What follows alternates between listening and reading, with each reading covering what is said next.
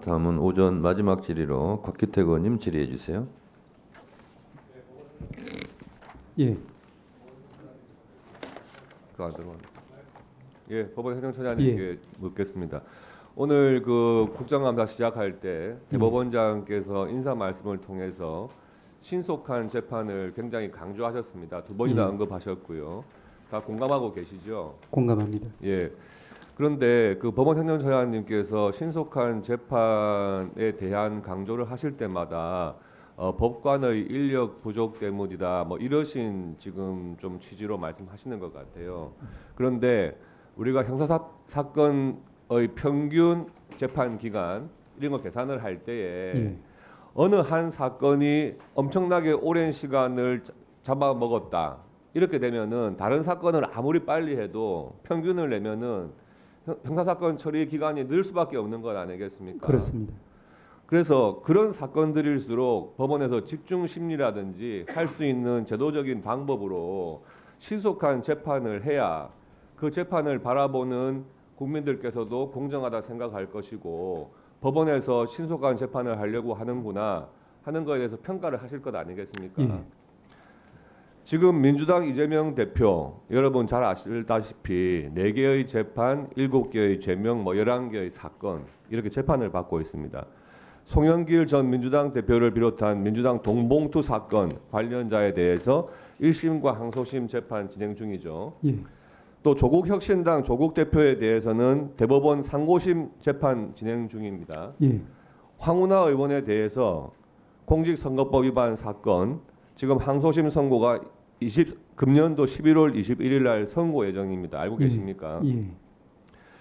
이런 정치적인 사건들이 국민들이 보기엔 너무 재판을 하는데 시간이 오래 걸리고 선고까지 너무 시간이 오래 걸린다. 다 그렇게 생각을 하시는 거예요. 정작 자기가 해당 사건, 자기의 피고 사건에서 피고인들이 정말 하고 싶은 말 많고 재판에 대해서 좀 주장을 하고 싶어도 일선에서 재판을 해보면요, 그거 다 증인 카트 시키고 빨리빨리 진행시키려는 노력들 다 하십니다, 법관들께서. 예. 그리고 정말 필요하다면 집중 심리를 하거든요. 예. 이 이재명 민주당 대표의 재판 지연과 관련해서 뭐 다 잘 아시겠지만은 형사 피고인이 대통령이 되면은 재판이 중단되는지 이 부분이 한번 이슈가 된 적이 있습니다. 알고 계시죠? 예. 그에 대해서 법원 행정처장님 간단하게 이 이슈에 대해서 입장이 어떻습니까? 그 이슈는 너무나 중대한 이슈이기 때문에 제가 좀 연구를 하지 않고서는 답변을 드리기는 좀 쉽지는 않을 것 같습니다. 알겠습니다. 이재명 대표 재판을 보면은요, 지금 11월 15일 선고를 앞두고 있는 공직선거법 위반 사건의 경우에 2022년 9월 8일 기소가 되어서 1심 선고 나는 데까지 2년 이상이 걸리게 됐습니다.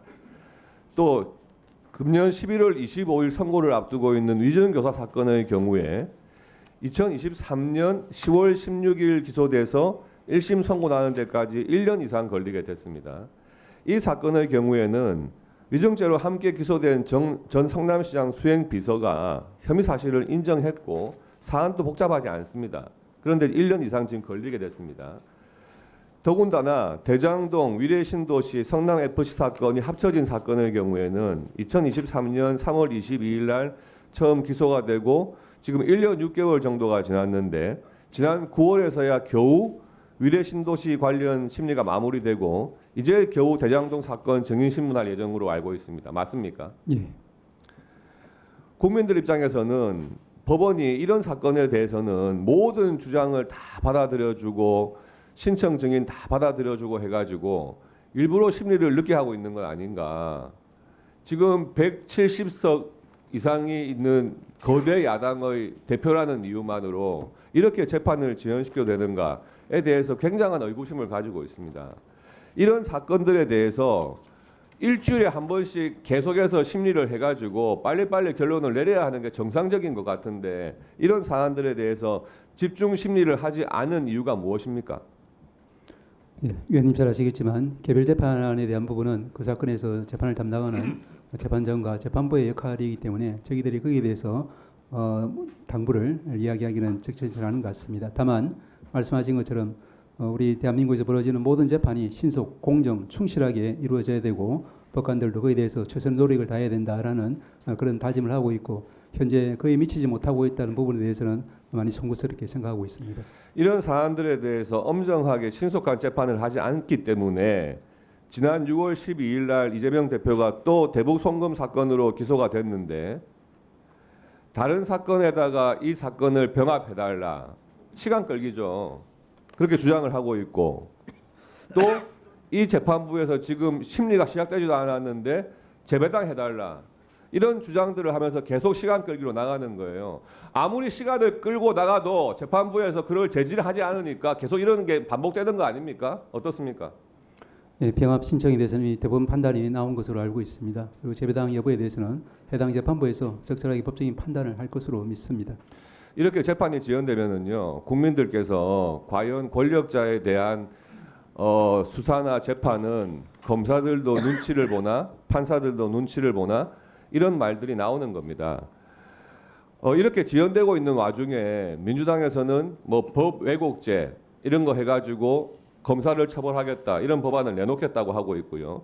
또 수사한 검사들 4명에 대해 가지고 탄핵까지 지금 해가지고 계속 탄핵 청문회를 빙자해서 그 유죄가 난 이화영 증인이 나와가지고 자기 변론 황당한 주장들을 또 국회에서 하고 있는 건 아니겠습니까? 이뿐만이 아닙니다. 앞으로 이제 법원에서 이 유죄 판결을 하게 되면은 재판부에 대한 공격이 이어질 거고요. 또 판사 선출제 하자 이런 말까지 또 나올 겁니다.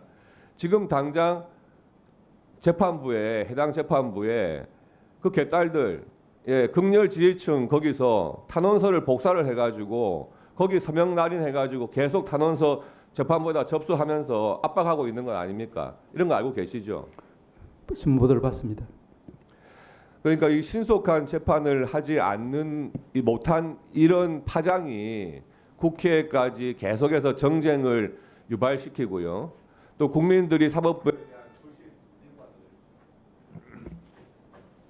사법부에 대한 불신이 계속해서 가중될 수밖에 없고요.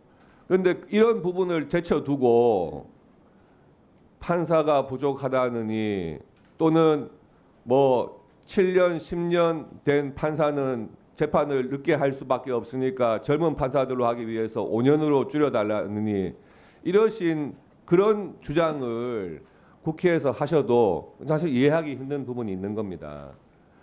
그런 판사 인력 문제보다도 개개의 재판에 있어가지고 국민들의 관심이 집중된 사건일수록 집중 심리를 하도록 좀 대법원에서 유도를 해주시고 그런 너무나 긴 시간이 소요되는 사건들을 줄여 나가야 1심 재판에 소요되는 시간이 줄어들 수밖에 없습니다. 이 점 유념해 주시기 바랍니다. 예, 위원님 말씀처럼 이제 먼저 이제 지난번에 법적 ing력 관련해서도 위원님께서도 많이 도와주신 데 대해서 진심으로 감사드린다는 말씀 먼저 드립니다. 또한 아시다시피 이제 저희 그 대한민국 법관들과 또 법관들이 맡고 있는 사건 수가 외국의 주요 선진국에 비교보더라도 3배 내지는 5배 이렇게 과중한 이제 업무를 맡고 있다는 그 객관적인 사실 때문에 저희들이 법관 정원을 이야기하는 것입니다. 마지막으로 의원님 말씀하신 것처럼 이제 저희 대법원장님과 또 저희 모든 법관들이 지금 이제 그 다짐하고 있는 부분은 이번에 저희 대법원장님이 신임 법관들 임명 식사에서 이런 이야기를 했습니다. 잠깐만 짤막하게 말씀을 드리면은 이제 국민이 법관에게 부여한 막중한 사명 완수하는 길은 헌법과 법률에 의해서 양심에 따라 독립하여 심판한다.